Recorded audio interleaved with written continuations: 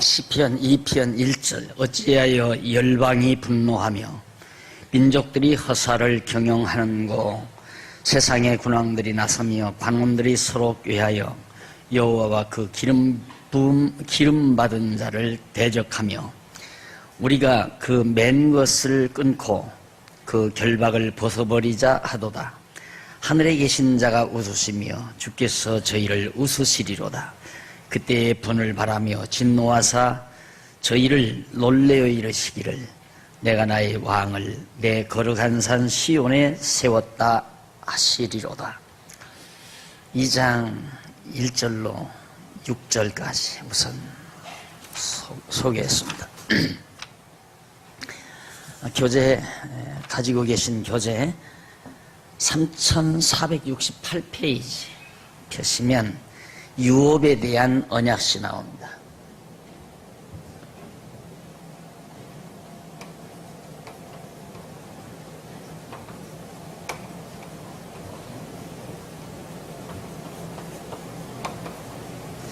지난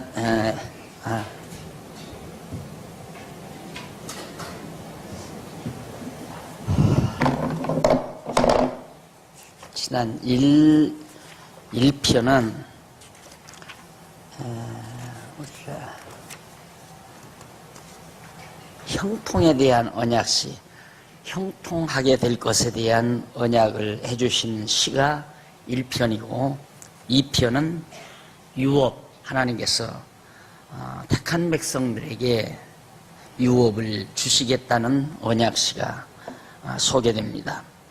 그래서 1편과 2편이 세우신 언약 찬양시라고 그랬죠. 하나님께서 언약을 세우신 것에 대해서 찬양한다. 그 언약을 세우신 내용을 하나님 앞에 찬양하는 내용이다. 그래서 형통에 대한 언약시는 지난번 시편 1편에서 상고했고요. 두 번째로 언약에 대한 유업에 대한 언약시 나오는데 우선 1절로 6절은 허사를 경영하는 열방을 비웃고 왕을 세우실 것을 언약을 합니다. 그러니까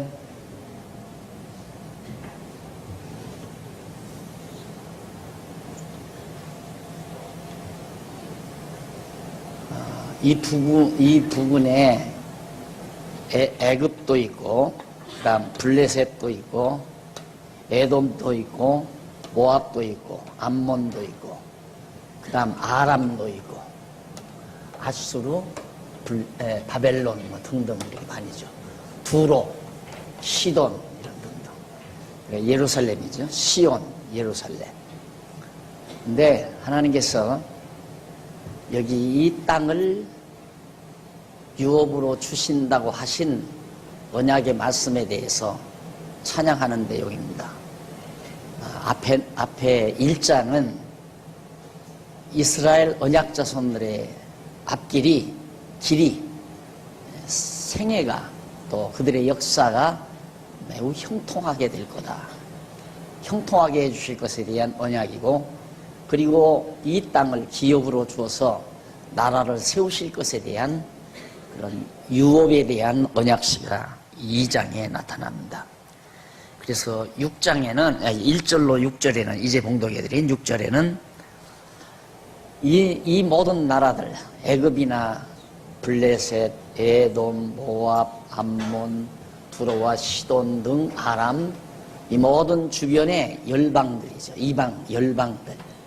이런 열방들이 어떻게든지 이 이스라엘 백성들이 여기 들어가서 이 기업의 땅을 얻어 나라를 세우고 살아가려고 하는 그것을 방해를 해요.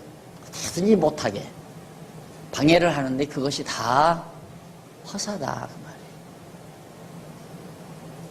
말이에요. 여러분들이 그냥 이 내용들을 그냥 지나치지 말고 그런 내용 하나하나 들을 때마다 양식을 삼아서 해야 됩니다. 하하, 하나님의 택한 백성들을 방해하는, 그리고 모함하는, 그리고 온갖 수단과 방법을 가리지 않고 억압하는 그런 모든 이들의 행위가 다 허사로구나.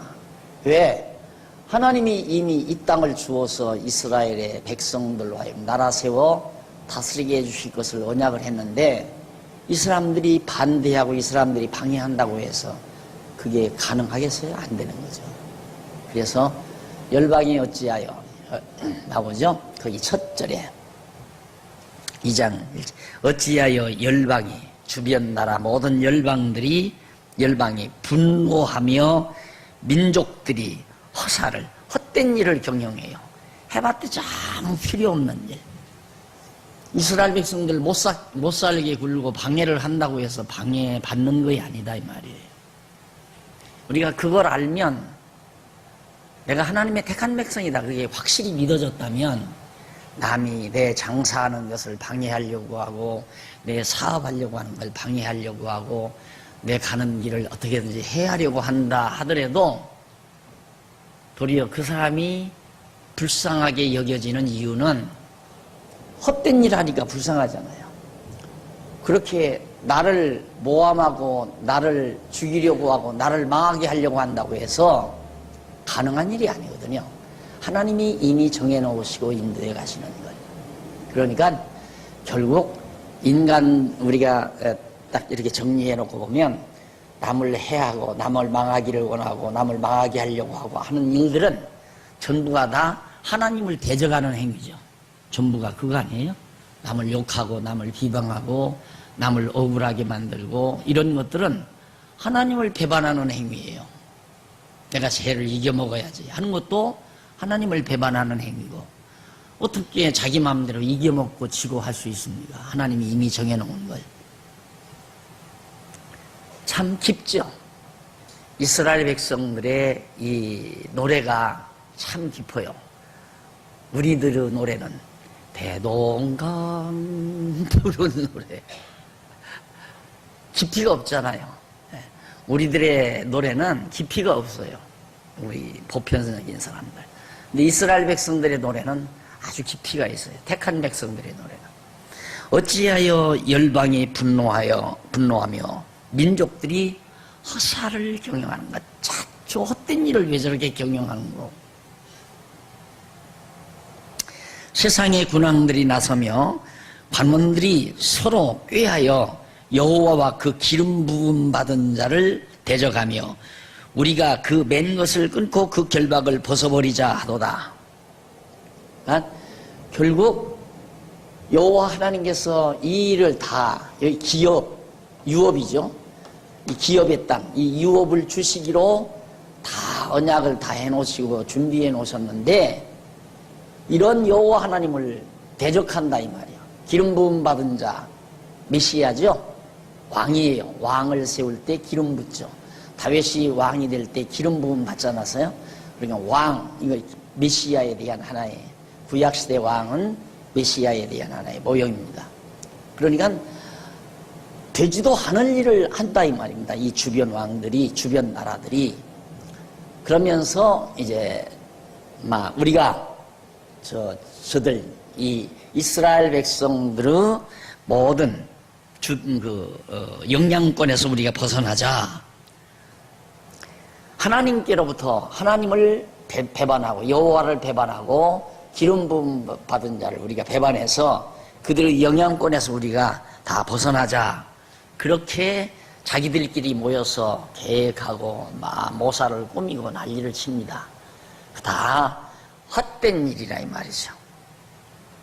그때에 그러면서 4절 하늘에 계신 자가 웃으시며 하늘에 계신 자가 웃으시며 주께서 저희를 비웃으시리로다. 막 이렇게 한다 이거예요. 공격을 한다 이거. 그러면 이 나라는 하나님 여호와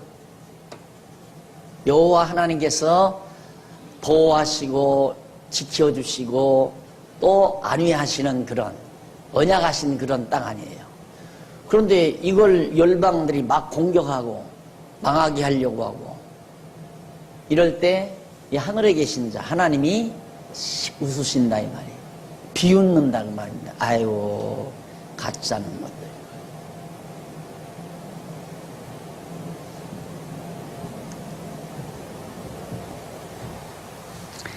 그때 분을 바라며 진노하사 저희를 놀래어 이르시기를 내가 나의 왕을 내 거룩한 산 시온산에 세웠다 하시리로다.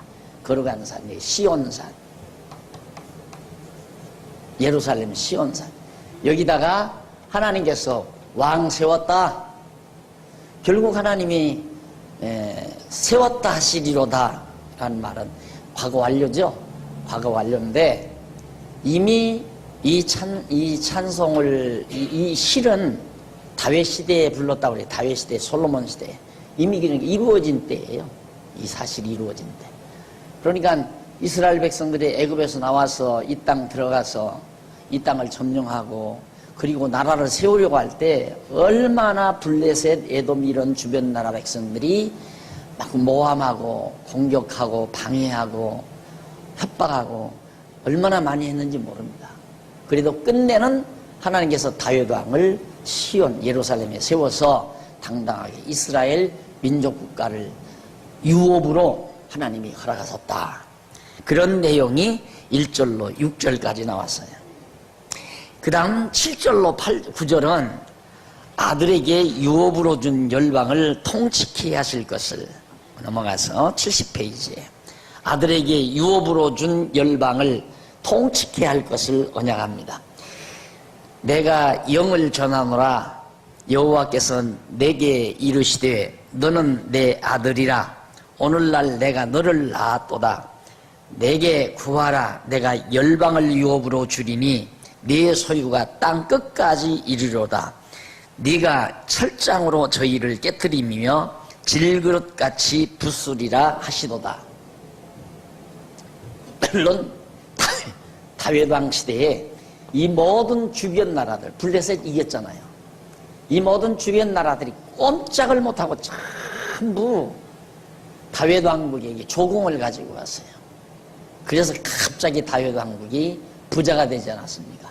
솔로몬 때는 더 부자가 되고요. 예, 그것은 뭐냐면 너는 내 아들이라. 내가 너를 낳았도다. 결국 메시아,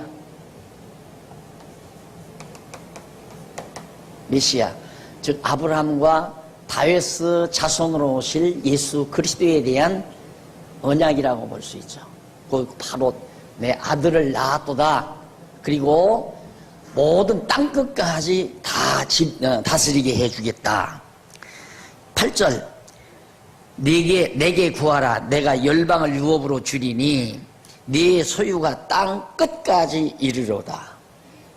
그래서 예수님께서 제자들에게 성령이 너희에게 임하시면 너희가 권능을 얻고 땅끝까지 이르러 예수 그리스도의 증인이 될 것을 언약하신 겁니다.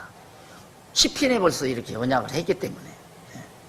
그러니까 다윗이 이 주변 나라들을 다 지배하고 다스리게 된 것은 예수 그리스도가 장차 다윗의 자손으로 오실 예수 그리스도가 온 세상 땅끝까지 지배하고 다스리실 그리스도의 나라가 이 땅 위에 세워질 것에 대한 하나의 언약이라고 볼 수 있습니다.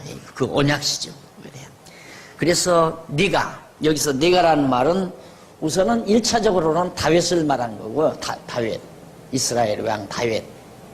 그리고 그 다윗을 통하여 모형적으로 언약하신 것은 장차 다윗의 자손으로 오실 예수 그리스도가 온 세상을 다 진멸하고 그리스도의 왕국으로 세우실 것에 대한 하나의 귀한 언약의 말씀이라고 그렇게 이해를 합니다. 그래서 7절로 9절은 아들에게 유업으로 준 열방을 통치하게 한다. 그러니까 아브라함에게 자손 번창, 땅 정복, 그리고 통치, 나라를 다스리게 해줄 걸 언약했죠. 그 언약대로 다윗 왕 때에 왕으로 세워준 것에 대해서 정말 찬양하고 그 언약시를 하나님 앞에 찬양으로 돌린 것이 바로 이 편의 내용이다. 계속됩니다. 찬양은 유업 언약시는. 그러니까 앞에서는 왕을 세우고, 그렇죠? 1절로 6절에서는 왕 세우고, 그 다음 7절로 9절에서는 통치케 하고, 그리고 10절로 12절에서는 열방의 군왕들에게 교훈하며 진노로 망할 것을 경고합니다. 자, 너희들 다 망한다. 너희들은 다 망한다. 누구에게? 다윗 왕에게 다 망한다. 그래서 이 주변 나라들이 실제로 다윗 왕에게 조공을 가져온 겁니다. 자, 10절 그런즉 군왕들아, 열방, 이방 나라들이죠. 군왕들아, 너희는 지혜를 얻으며 세상의 관원들아 교훈을 받을지어다. 여호와를 경외함으로 섬기고 떨며 즐거워할지어다. 그 아들에게 입맞추라. 그렇지 아니하면 진노하심으로 너희가 길에서 망하리니 그 진노가 급하심이라. 여호와를 의지하는 자는 다 복이 있도다.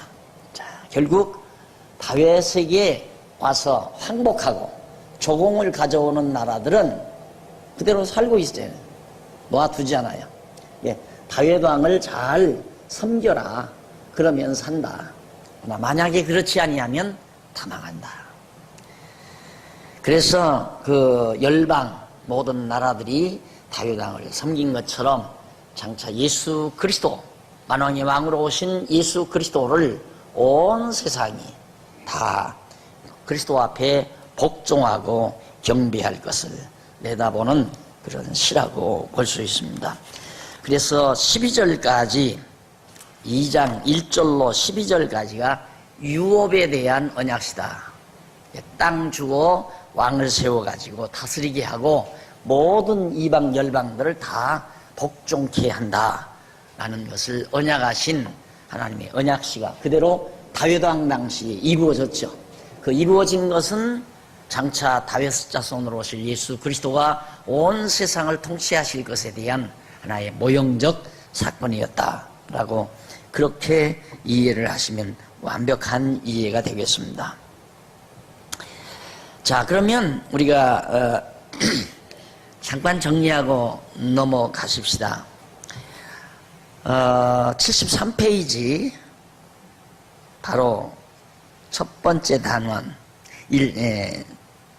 그 줄바꾼데, 여기서는 지금까지 앞에서 살펴본 내용을 종합적으로 이해하는데 1편과 2편입니다. 그 줄바꾼데 나오죠. 시편 1편과 2편은 여호와 하나님께서 다윗으로 이스라엘 열조에게 세우신 언약에 대하여 찬양하도록 섭리하신 내용으로서 형통하게 하실 것과 열방을 유업으로 줄 것을 찬양한 것을 우리가 확인을 했죠.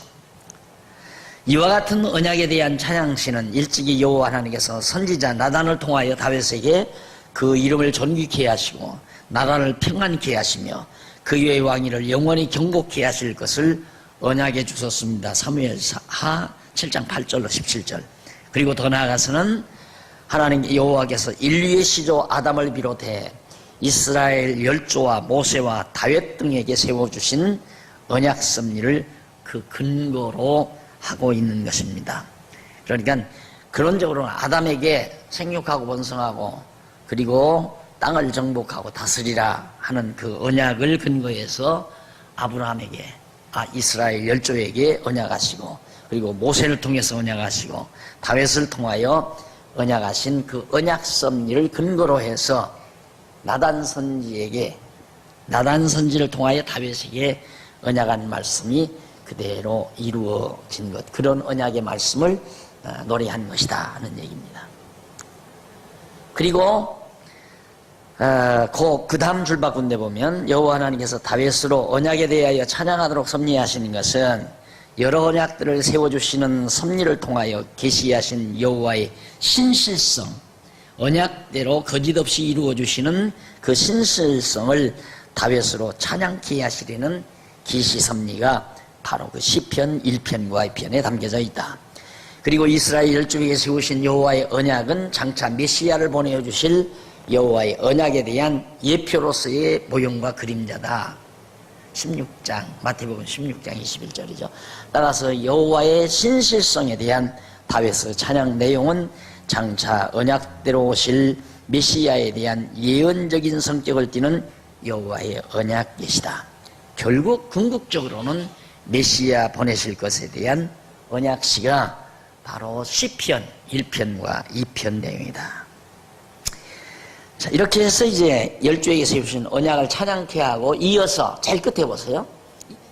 밑에서 제일 밑에 두 번째 줄 끝부분, 뒷부분에 이어서 여호와의 언약 성취에 대한 기원을 찬양케 하시는 내용입니다. 제2절 넘어가서 74페이지. 제2절 성취의 기원 찬양시. 성취의 기원. 제1절 언약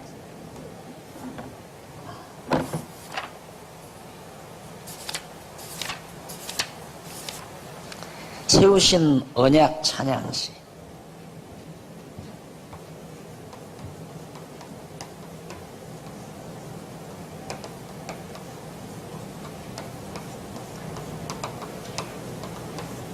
제2절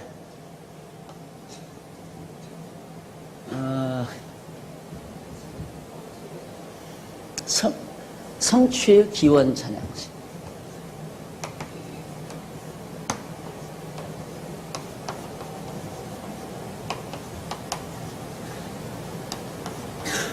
삼편에서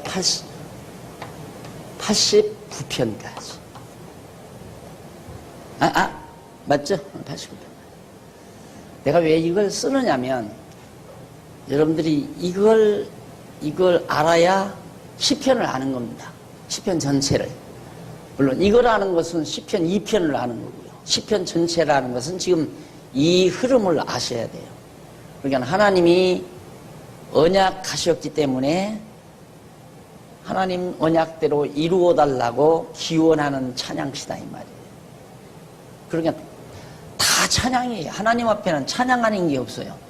하나님이 언약을 하면 그 언약도 찬양 내용이 되고, 언약했기 때문에 언약대로 이루어 달라는 우리의 간절한 소원도 찬양이 되고, 그래서 시편에 신약 성경에 보면 너희 속에 소원을 두고 이루게 하신다고 그랬어요.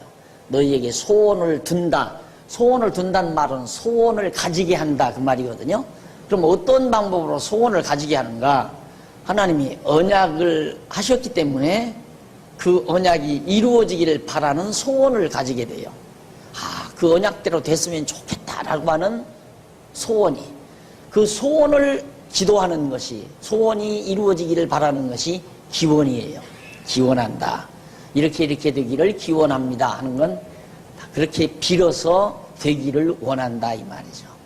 그러니까 하나님이 언약하셔서 우리 속에 소원을 갖게 해가지고 기도하게 하신다 그 말이에요. 그러니까 기도란 무엇인가? 여기에 정말 큰 근거가 나와 있잖아요. 기도란 무엇인가? 기도는 하나님의 언약이 이루어지기를 바라는 것이 기도다. 이게 기독교의 성경적 기도예요. 성경적인 기도. 그러니까 내 욕심대로 되기를 바라는 것, 내 바라는 대로 이루어지기를 비는 것, 이런 것들은 다 염불이나 불공, 무속 이런 거나 하등 다름이 없죠. 그러나 기독교 기도는 전혀 다릅니다. 내 뜻을 구하는 게 아니라 하나님의 뜻, 하나님의 뜻이 언약에 담겨 있잖아요. 하나님이 그렇게 되기를 바라는 것을 이루어준다고 언약하시고, 언약이 이루어지기를 기도하게 하시고, 이게 바로 하나님.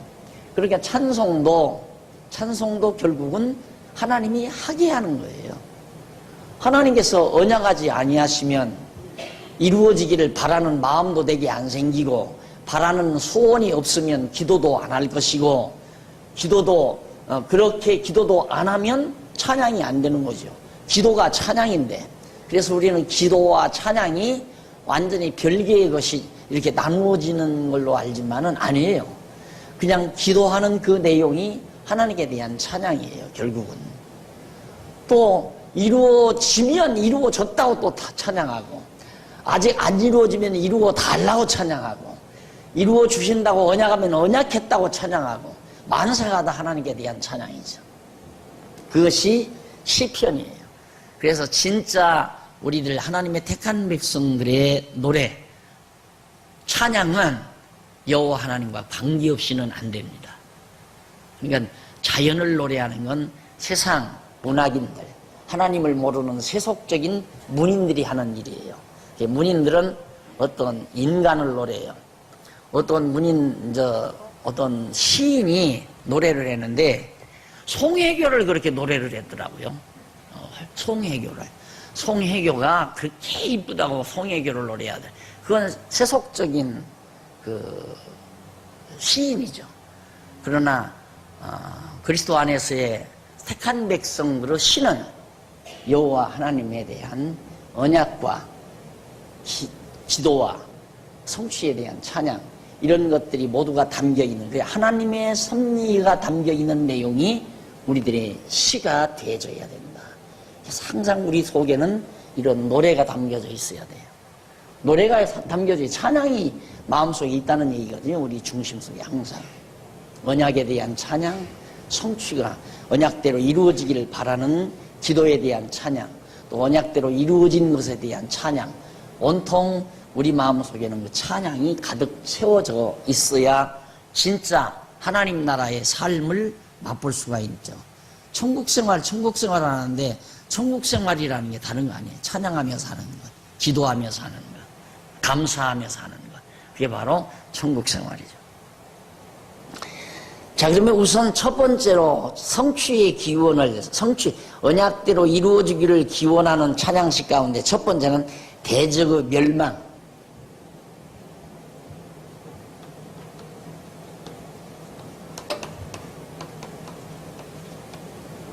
대적 멸망을 기원해요. 그것이 3편으로부터 41편. 하나님이 언제 대적 멸망시켜준다고 언약했나요? 했어요, 안 했어요? 했잖아요. 언약했으니까 이런 대적들을 다 멸망시켜준다고 언약하셨으니 정말 하나님 대적 멸망시켜 주십시오 하고 기원하는 그런 기원시가 3편에서 41편이에요. 이제는 쉽죠? 아주 쉽죠, 이제. 여기서부터는 막 쭉쭉 나갑니다. 막 나가요. 정신 바짝 차리시고요.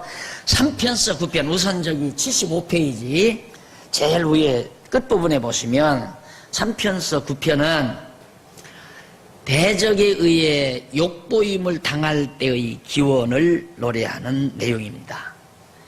대적에 의해서 대적들이 막 비방하고 방해하고 막 능욕을 베풀고 모함하고 이런 대적에 의해서 욕보임을 당할 때 하나님 앞에 기원하는 찬양시가 3편에서 9편까지고 10편에서 21편은 대적에게 붙이시고 잊으실 때의 기원시. 하나님께서 대적에게 싹 맡겨놔버려요.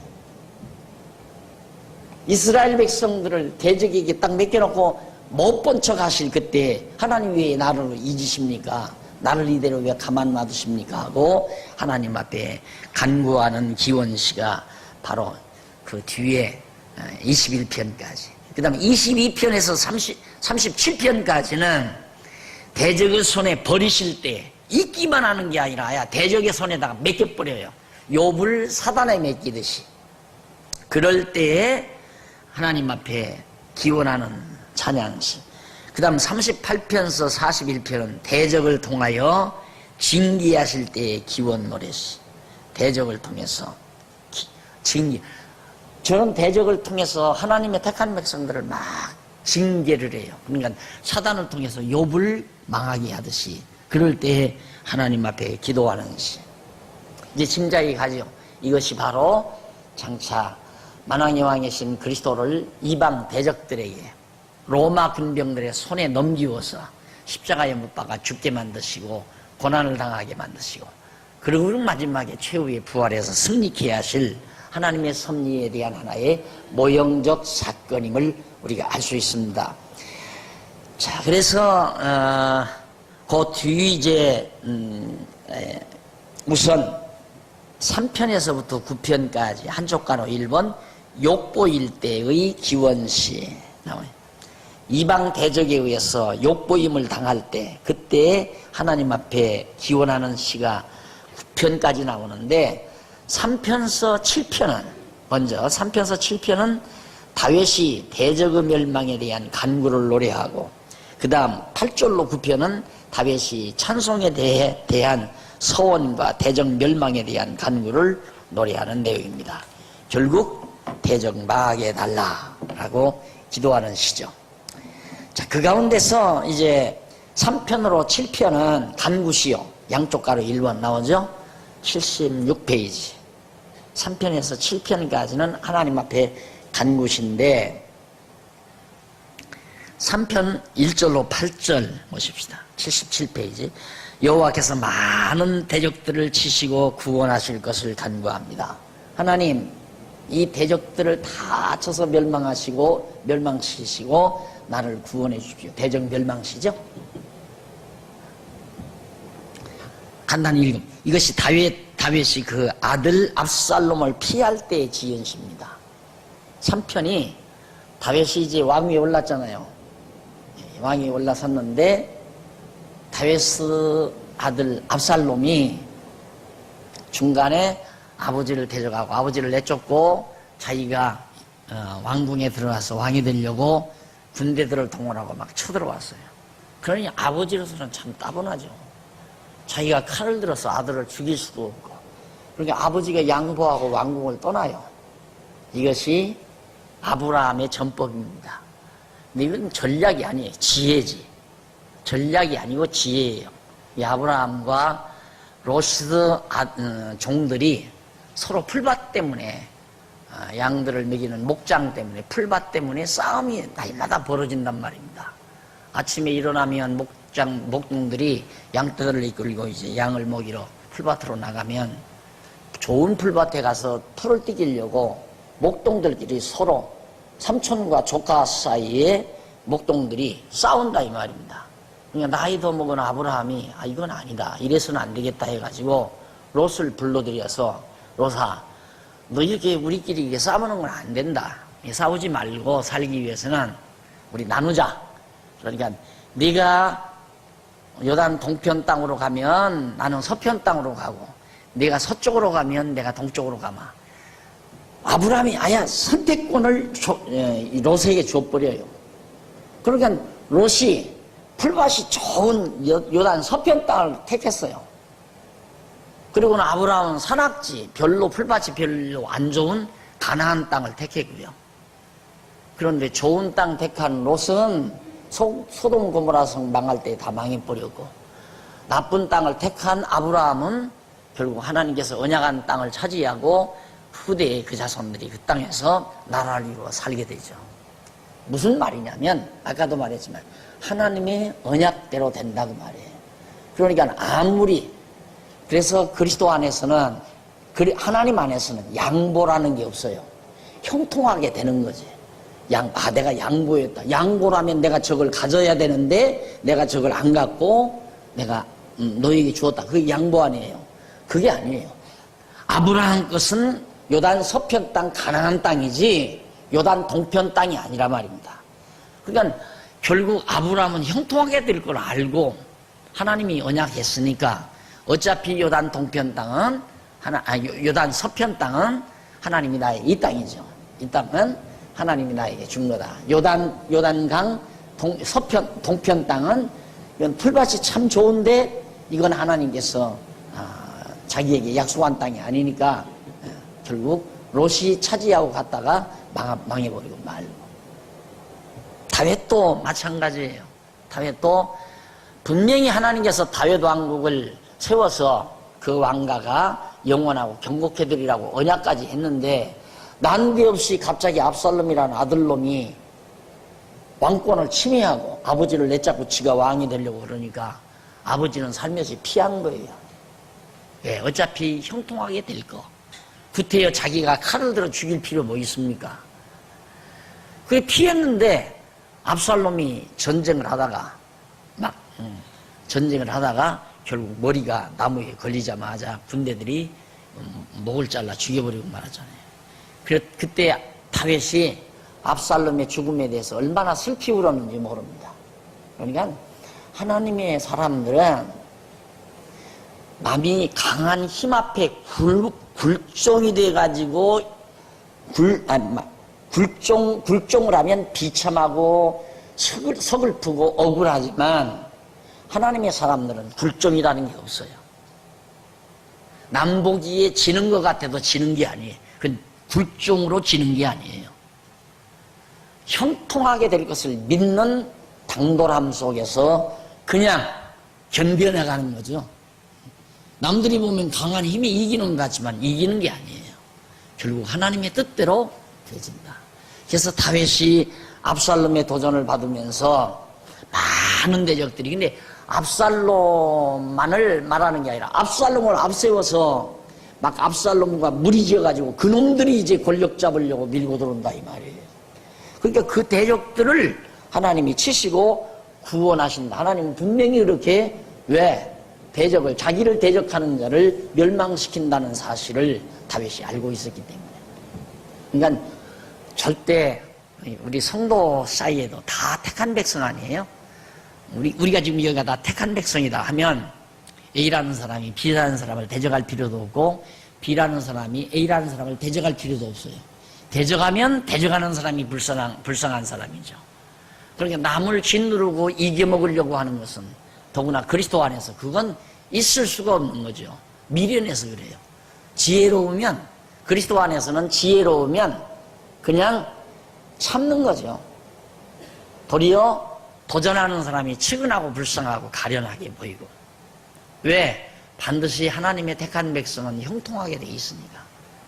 그런데 하나님이 형통하게 해주시는 대로 살아갈 생각을 안 하고 자기가 머리를 쓰고 자기가 무슨 꾀를 내가지고 상대방을 무너뜨리고 자기가 그 자리에 앉으려고 하는, 또 남을 이겨먹으려고 하는 그런 어리석은 생각을 지혜가 없으면 하게 되는 거죠. 그냥 자기 할 일, 하나님께서 나에게 할 수 있게 해주신 일만 성실히 하고 살아가는 사람이 제일 지혜로운 사람이다. 그래서 항상 여러분들이 속상한 것은, 인간관계에서 속상한 것은 저 인간이 나를 자꾸 미워한다니까 이것 때문에 속상하잖아요. 이런 거 인간관계에서. 그게 얼마나 어리석은 거예요. 미워하는 사람이 바보지 미움 당하는 사람이 바보가 아니에요. 그런데 자기도 미련하, 미움 당하는 사람도 미련하니까 또 같이 열받는 거예요. 그러나 미련한 사람끼리는 미움 받는 사람이나 미워하는 사람이나 똑같이 둘 다 열받고 사는 거고, 지혜로운 사람은 미워하지도 않고 미움 받지도 않고. 당연할 거 아닙니까? 하나님이 다 형통케 하신다고 언약하셨기 때문에. 그래서 그런 시가 여기 나오는 겁니다. 자, 1절, 2절. 우선 그 밑에 1절로 2절에 보면 중간쯤 나오죠. 다윗이 여호와께 간구해야 하는 까닭을 노래하는 건데, 그 까닭이 뭐냐면, 여호와여 나의 대적이 어찌 그리 많은지요. 일어나 나를 치는 자가 많도소이다. 많은 사람이 있어 나를 가리켜 말하기를 저는 하나님께 도움을 얻지 못한다 하였나이다.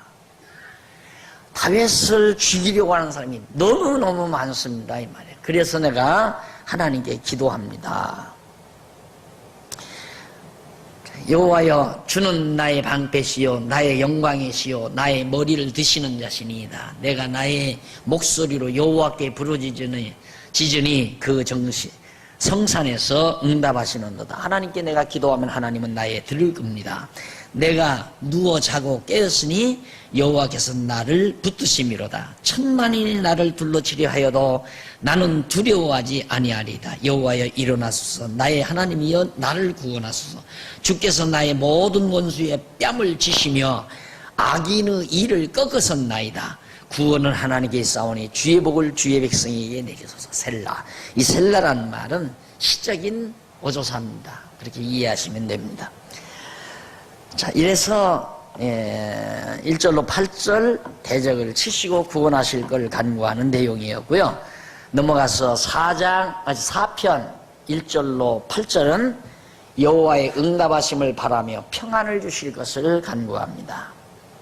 아까 대적들이 모여오는 것은 같은 동족이 이스라엘, 그러니까 압살롬을 앞세워서 다윗 왕국을 무너뜨리고 자기들이 왕위에 앉을 권력을 잡으려고 했던 그런 사람들이 다 동족 아닙니까? 동족인데 많은 무리가 자기를 그렇게 치리한다. 그런 것처럼 예수님도 만왕의 왕이신 예수님도 유대인들이, 바리새인들, 제사장들, 이런 동족들이 예수를 죽이려고. 예수님은 완전히 원수들의 틈바구니에서 살았습니다.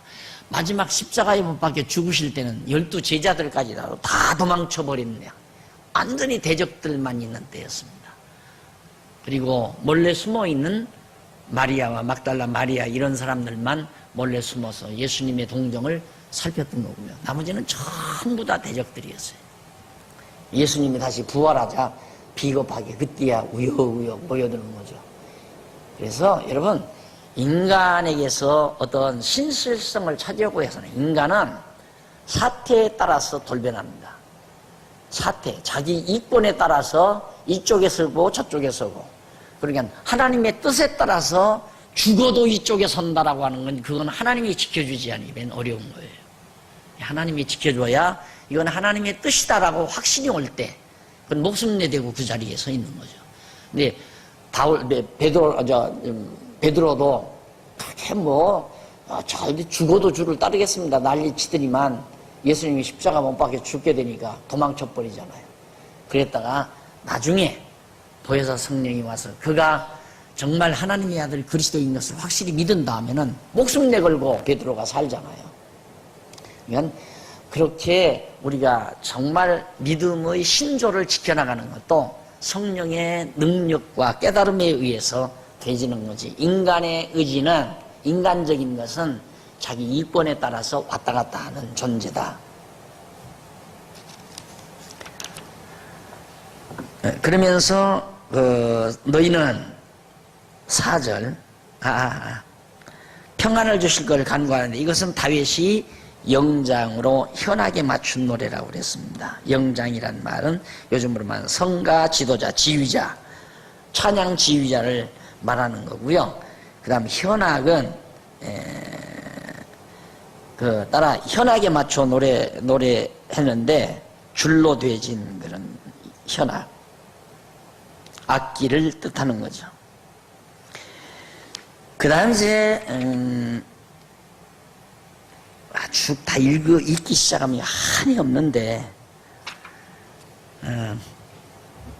평안을 달라. 근데 어디 7절 보세요. 7절. 주께서 내 마음에 두신 기쁨은, 그러니까 주께서 내 마음에 두신 기쁨도 하나님이 우리 마음에 두셔야 되죠. 그 기쁨은 저희의 곡식과 새 포도주에 풍성할 때보다 더하느니라. 먹고 마실 것 풍성할 때보다도 하나님이 우리 마음에 두신 기쁨은 더 풍성한 기쁨이다. 그러면서 내가 평안히 눕고 자기도 하리니 나를 안전히 거하게 하시는 이는 오직 여호와이십니다. 그 말이에요. 그러니까 아무리 대적들이 많이 쳐들어와도 평안히 나를 거하게 하시는 분은 여호와 하나님이고, 나의 마음속에 평강을 주고 기쁨을 주시는 분은 하나님이시다. 그러니까 이 시편에 보면 그런 내용이 나오죠. 사랑하는 자에게 잠을 주시는도다. 그 말은 다윗이 이제 부른 찬양인데, 다윗이 왕노를 하고 있을 때 그 왕궁 하나 놓고 이런 이방 나라들이 언제 쳐들어올지 모르는 거죠. 언제 쳐들어올지. 여기다 딱 성을 쌓고 있지만, 성에 아무리 파수꾼을 많이 세워놨다 할지라도 여호와께서 성을 지켜주시지 아니하시면 다 헛거예요. 그러니까 이 성 안에서 다윗은 평안히 잠자는 거예요. 왜? 내가 내 왕위를 경고케 하고 내 왕가를 영원히 하리라. 하나님이 언약을 했기 때문에 그 언약하신 여호와 하나님만 믿고 평안히 잠 잘 자고, 안 그러면 잠 못 자죠. 항상 잠 못 자죠. 여러분, 청와대가 그게 보통 괴로운 자리가 아닙니다. 이제 요즘 또 아침 신문 보니까 내년 봄이 문제다 뭐 그러고 나오는데, 지금 이북에서 지금 아주 김정일이 발길이 아주 바쁘잖아요. 무슨 모사를 꾸미고 있다 하는 얘기죠. 그러니 그런 일들을 생각하면 얼마나 불안하고, 또 그렇고 빨리 이놈의 경제가 살아나야 하는데 경제는 살아나지도 않고, 백성들은 아무성이고, 또 봄철 따뜻하게 되면 또 촛불 집회, 또 이런 촛불 되면 또 일어날까 겁이 나기도 하고 하루 한 날 편안한 날이 없죠. 예. 하나님 의지하지 않으면 다윗도 그 이유가 그런 정도가 아니에요. 이건 전부 다 대적인데 주변이 다. 여기만 놔두고 전부 다 대적이에요. 자기 아들까지라도 대적이 됐는데. 그런데 평안한 날이 있어요? 사랑하는 자에게 잠을 주시는 거다. 하나님의 언약을 믿고 여호와의 언약을 믿고 사는 삶이 얼마나 확실하고 분명한 삶인가를 다시 한번 확인할 수 있습니다. 넘어가서 5편 1절로 12절. 기도를 들으시고 원수들을 정죄에 멸하시라고 간구하죠. 하나님이 내 기도를 들으시고. 이것도 다윗이 영장으로 현악에 맞춘 노래라고 그랬습니다. 기도를 내가 하나님 앞에 드리는 이 기도를 들으셔야 됩니다. 그리고 원수들을 다 정죄하여 멸하십시오 라는 얘기죠. 1절로 3절 82페이지 1절로 3절에 보면 자기의 기도를 들어주시라는 간구를 노래하는 내용입니다. 하나님이여 나의 기도를 들어주십시오 라고 노래를 해요. 그런데 심사란 말이 나오죠. 그 심사 히브리 말로 하기그란 말이에요. 이는 솔로몬이 아니라 속으로 중얼거림 또는 묵상. 우리가 묵상하면 그냥 눈만 감고 중얼중얼 입술만 달라가 소리는 안 내고 그런 것, 아니면 묵상 속으로 생각하는 것, 그걸 바로 심사라고 그러죠. 그 다음 밑으로 내려오면 기도하고라는 말이 나와요. 히브리 말로 아라크란 말입니다. 이는 정리하다 또는 순서대로 놓다, 기도하다, 순서대로 놓다, 그리고 준비하다라는 등의 뜻입니다. 기도하다라는 말은 별로 많이 농도가 짙질 않은데 3절 한번 보십시다. 본문 어찌하여 아침에 주께서 나의 소리를 들으시리 주께서 나의 소리를 들으시리니 아침에 여호와여 아침에 주께서 나의 소리를 들으시리니 아침에 내가 주께 기도하고 바라리이다. 내가 주께 기도하고 바라리이다. 그래서 기도하고라는 말은 정리하고 순서대로 놓고 준비하고, 그러니까 마음을 정리하고 하나님 앞에 바라리이다. 바란다는 말이나 기도한다는 말이나 비슷하잖아요. 바란다, 하나님 앞에 바란다, 기도한다. 기도하고라는 말보다는 내가 마음을 정리하고 정돈하고 하나님 앞에 바랍니다 라고 그렇게 이해하면 되죠.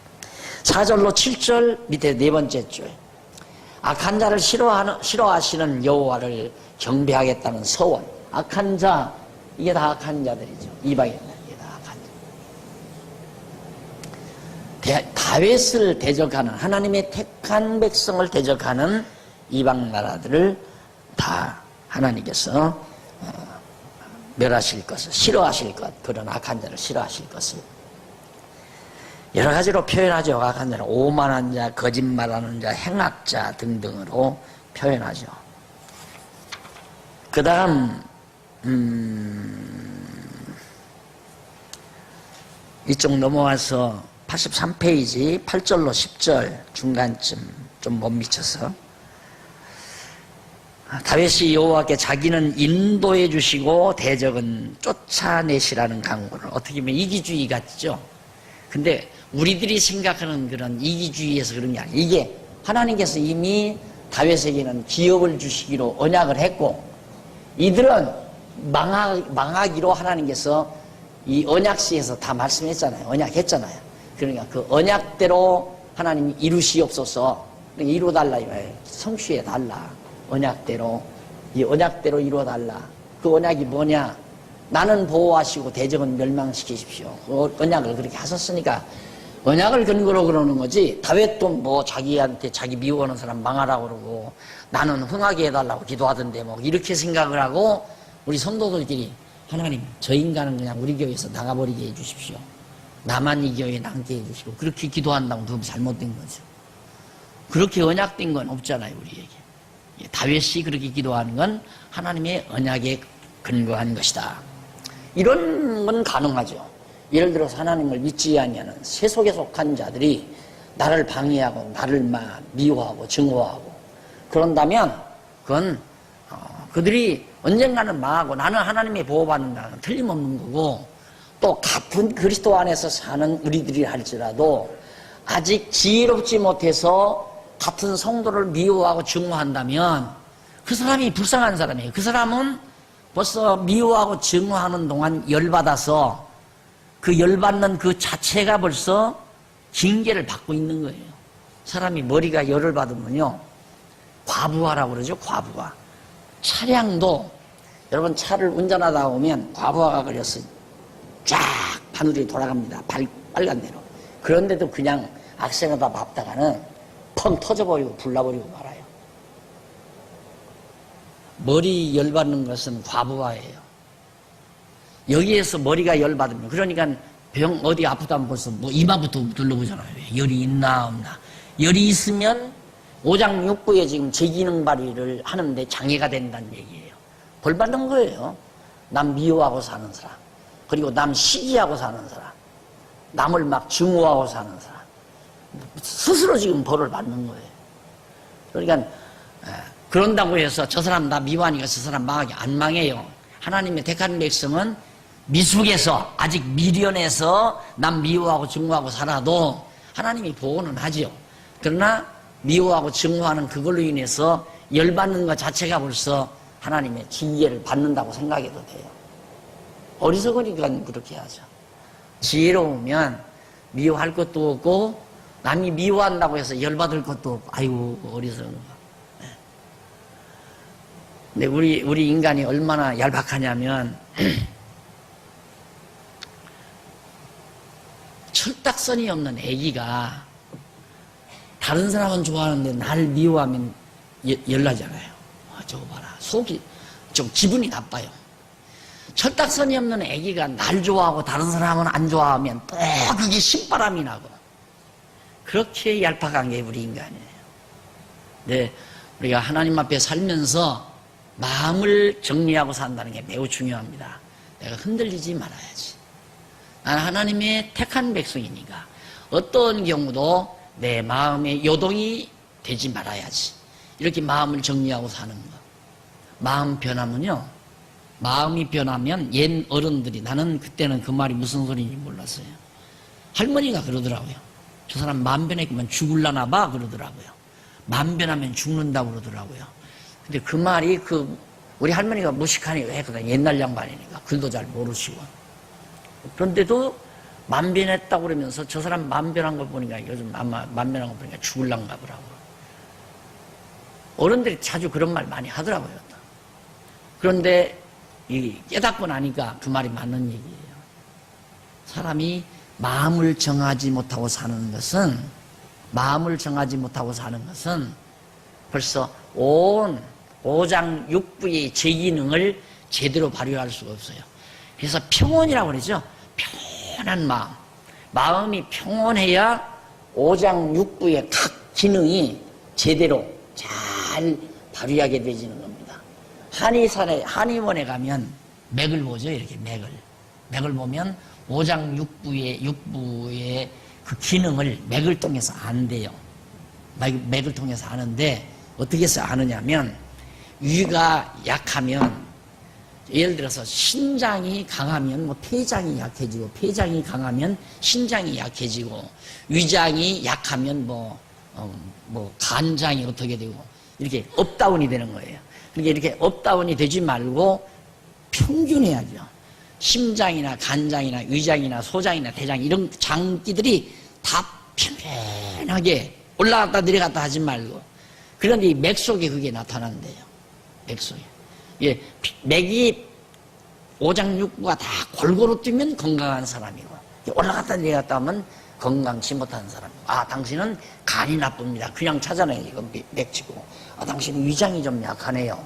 요즘 신경 쓰는 일이 있나요? 뭐 이러면서. 그러니 내가 마음이 평온하다는 것은 오장육부가 언밸런스 되어 있지 않고 바란스를 잘 유지하고 있다는 거예요. 마음이 평온하다는 건. 그러니까 깔깔대고 웃으면 안 된다니까. 막 깔깔대고 웃으면 허파에 바람이 들어가요. 이 허파에 바람이 들어가면 웃음이 끝나면 바람이 빠지면서 이제 허파에 문제가 생기는 거죠.